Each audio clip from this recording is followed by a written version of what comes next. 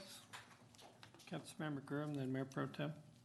Okay, I did have a few questions, and I am very sorry I didn't catch the gentleman's name that was up here talking about the testing, the soil sampling. If he's still here. Kenner. Yeah. Oh, no, Jason. yes. Thank you.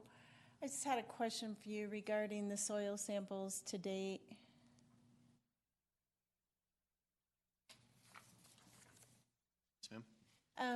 So I think I heard in some of the presentations or information that I read, I so know that's not me. Is there a difference, or can you tell the difference between a natural radiation and Rocky Flats radiation in your chemical sampling? You can. We haven't gone to that level. It takes more detailed analysis than the data that I presented this evening. Okay, and do you intend to take it to that level? Yeah, we'll look at that. Okay, so basically, when we get the full results of the sampling, we'll be able to see how much of that radiation that albeit low levels that you presented, are natural versus Rocky Flats. Correct. Because I worked out there. I actually worked on the solar ponds remediation when we were drilling and analyzing out there. But high winds, like super high winds. I couldn't imagine a particle of 5 years ago was still there, even a few inches deep. So my curiosity is, with the particles at the 0 to 2 inches, if it's still there, is it possible that that's the wind bringing it over even today, or is there just residual? So I guess where I'm coming from is what I'm looking for your final results is how much is natural versus how much is the Rocky Flats contamination, and what is the possibilities of it actually still being there at 0 to 2 inches after all these years of wind. I mean, crazy. Like, I don't know if you guys know, but your car windows would blow out. That's how windy it would get out there. So I just, again, even since I've worked there, I cannot imagine that 0 to 2 inches is still at the top level from 10, 15 years ago. Would you be able to come up with that analysis? Is that where you're going to? As far as soil particle movement, I guess I want to make sure I understand the question correctly. You're talking about a transport of soil particles, or are you talking about the chemicals themselves and their origin? So both. So the origin, so is it natural or is it Rocky Flats contamination?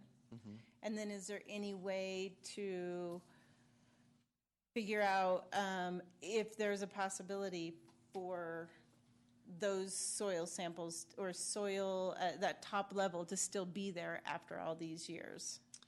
The latter question as far as soil migration due to wind blown, we haven't included that in our current field of study as far as particulate matter and how far that particulate matter may have migrated, or what the siltation may be over the years. If it's silted 2 inches deep or what have you. That isn't part of our current scope that we've anticipated. It's something that we could discuss and think about. Perfect. As long as we can get the first one, and then we'll worry about the windblown thing. Thank you very much. I appreciate it. And then my second question is in regards to the slide titled Indiana Corridor Contamination. And I think, Mr. Stafford, you brought that up. You had that one. So this is the slide that brings me the most confusion in all of the data that's presented, quite frankly, on both sides, is how does this slide relate to the measurements versus how they were normalized in the first presentation about how to measure the particles. So I think we've already passed it, but I saw it. I don't know where it's at now. There we go. So, I mean, we're looking at, in this report, even from CDPHE, and I'll point that out so at least maybe we can get CDPHE to answer it. In 2013, 5 times background radiation. Can you explain how that soil sample is 5 times, and do you have any record of that being background, doubted background versus? So I can explain how I produced this. I had the list of source studies listed there, and I looked through each one, and they all identified their sample locations, and they all identified their concentrations that they found. And so I just attempted to roughly plot locations and concentrations by study with color shading to indicate increasing concentrations and a symbol to indicate which study found it. Can I stop you right there, because I know I'm going to beep here in a little bit. Was there any difference that you felt professionally in how these samples were measured, tested? Because I know that's very significant when you're comparing sample to sample. Do you feel like these are all normalized and can be compared? That's a good question. To be honest, I did not evaluate that. I just plotted the study results at face value. Okay. And the CDPHE 2013 one, the 2013 date is on there because that's the date when CDPHE presented the data to Rocky Flats Stewardship Council. I don't know when the data was actually collected. I'm sure it was prior to 2013. And that was a plutonium isopleth contour map that showed a 10 picocurie per gram isopleth where that purple C is. Thank you. 10 picocuries per gram. Thank you. And then I'll turn over to CDPHE, Ms. Opila, right? Opila, sorry about that. Do you have any information or any comments to give? Sure. We about don't disagree with this information. Okay. So as I said in my presentation, the number that we use for a maximum concentration of plutonium in the Parkway is 8.8 picocuries per gram. I believe the highest number that Dr. Stafford mentioned was 10 picocuries per gram. So yes, that is multiple times of background radiation. However, as we've talked about with our risk assessments, that level is a low risk according to, the circular risk range. Even though it is many times, we agree, many times background radiation. Okay, so then I just wanted to summarize with you, because I'd heard you say before just one particle, you guys, CDPHE admits is a health standard, and It's not a health standard. I did not sorry, say that. No. That was my Yes. was my wrong use of terminology. Was a health concern or could create a health concern. It could create cancer, is what I said. Yes, thank you. Just like any carcinogen. Yes. So with this 500 times background radiation, and knowing that one particle could cause cancer, help me understand how CDPHE stands on it's safe. A determination of safe is really a value judgment on a particular person. For example, I think a couple of people have used the example today of either riding your bike quickly without a helmet, whether or not you feel that that's safe. So we don't use we try very hard not to use the term safe. So you approve of the project? What Moving we forward. believe that the levels of contamination that reside in the Parkway present a low risk such that that land is suitable for the use of a parkway. Okay. And that, again, that low risk is determined on the CERCLA risk range, which is a federally defined value. It is not a determination of how someone would perceive that risk being safe to them or not. Perfect. Thank you. I appreciate that.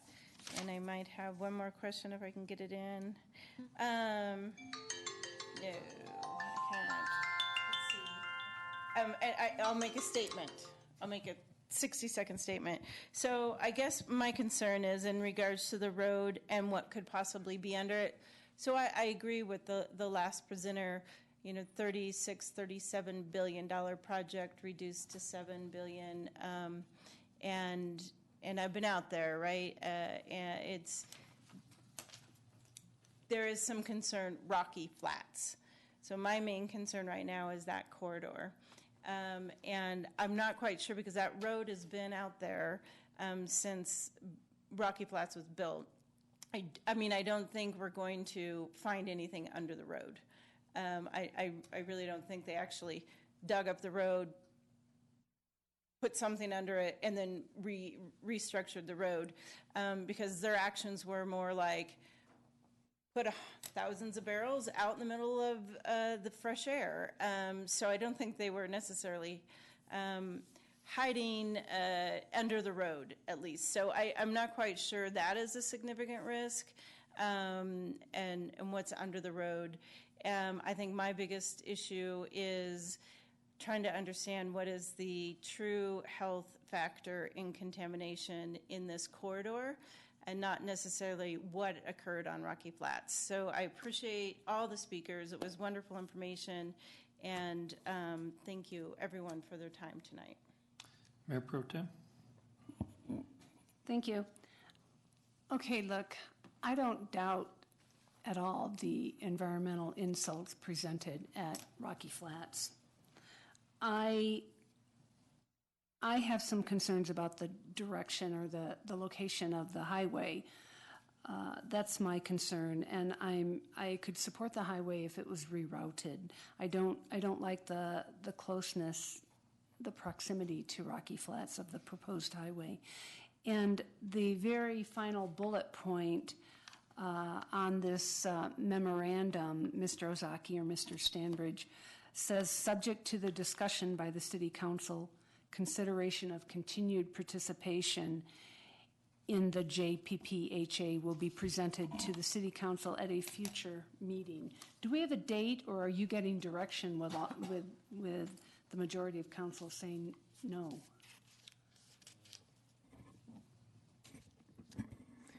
Yeah, I think that there is additional information that City Council needs to receive. And I think that's what we're talking about. And that's related to prior commitments with regard to the Jefferson Parkway.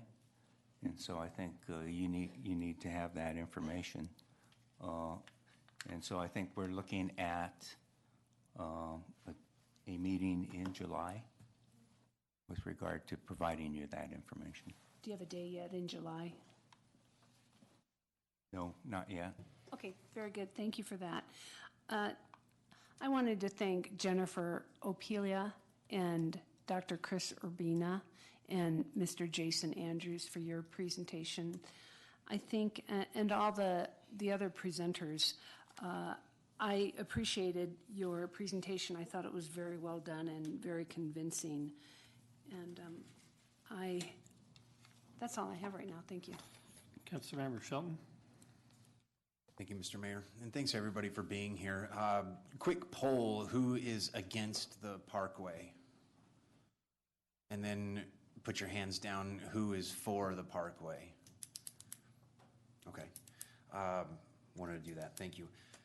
We've been talking about this for years. I've been on council for 7 years, and I don't think we've ever gone this in depth, so I think it's a really good thing that we're doing this, and maybe that's just because the expenditure is a little bit higher than it has, a lot higher than it has been in the past, and there's kind of this sense of inevitability.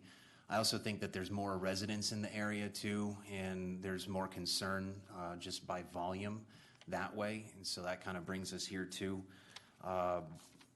And it's kind of hard for politicians or anybody really in this position to kind of discern between whether the concerns are with the roadway versus the health aspects, because I know some people, they just don't want the roadway, so they talk about the health aspects and use that. And so it was good to have CDPHE, you know what I'm talking about, be here to tell us where these values came from. And you know, I was worried that they were just based on statistics and estimates, and that's what we found. So I'm not any more assured that this is a good plan. It really just rests on this determination that it's safe for development. We've put a lot of houses there too, and that raises the concerns even greater. So, you know, it is kind of a different discussion than it has been before. I think that a new health study would be appropriate, and if Broomfield can help out with that, then I think we should do that. I don't know about local regulations because I just don't want the roadway going this route. Councilmember Mayor Pro Tem Erickson brings up a good point that a new route could be established that goes on the other side of Rocky Flats, and that might help out, or maybe it's just expanding 93 and 128 to fill in that beltway, but going through this contaminated area is just a no-go in my opinion. I want to know why Dr. Ketterer was denied a bucket of soil from JPPH. I heard one comment about that, but I want to see it for myself. I'll send you the email. but Okay. The original comment was he wanted to test for hemp. I'll send it to you, that's what it was. Well, let him test for hemp then. I mean, fine. There's nothing illegal about that. Certainly not dangerous. I keep on thinking about this, you know, that coming out of the oil and gas conversation, we approached these same subjects, which was what is safe, how can we allow this to happen, can we do more, what can we do to stop it, and there was always the state legal authority that was hanging over our heads, and we don't get on this panel, at least I don't, to start breaking laws. You know, we want to follow the laws. But this is totally different. This isn't a private company that's coming in and drilling oil. This is government plans pushing a roadway. And I think those plans need to change. So we need to figure out where to move from here because it looks like funding is at risk. And if funding is at risk, then the question is what happens to the highway authority? What is Broomfield's role on that? And what would the other communities do if we stop participating? And we also have contractual obligations too that we have to look at. So there's some more work to be done. It's not just a simple no. And you know, a roadway is a nice community benefit if it's rerouted. But I think we learned a lot here, and I was hoping to be more reassured because like I said earlier, there are reasonable people, smart people, dedicated, caring people that disagree on this, and they have good reasons to, or at least we hope they do. So it was a good, respectful conversation, and I really like that in the public policy realm. It's kind of rare sometimes. So this was definitely a healthy thing. And one last thing, I got to throw this out here, is that there's the regulation 460, and the Parkway is not subject to that, and it sounds like it's a control act for contaminated areas, and it just blows my mind. I understand the technical reason for it not applying, but, you know, if there's a highway, if there's an area that shouldn't be, or that should be regulated by that area, it should probably be this one. So it calls into question what the whole reason is for that. I better stop there. I'm a firm no also. Thanks.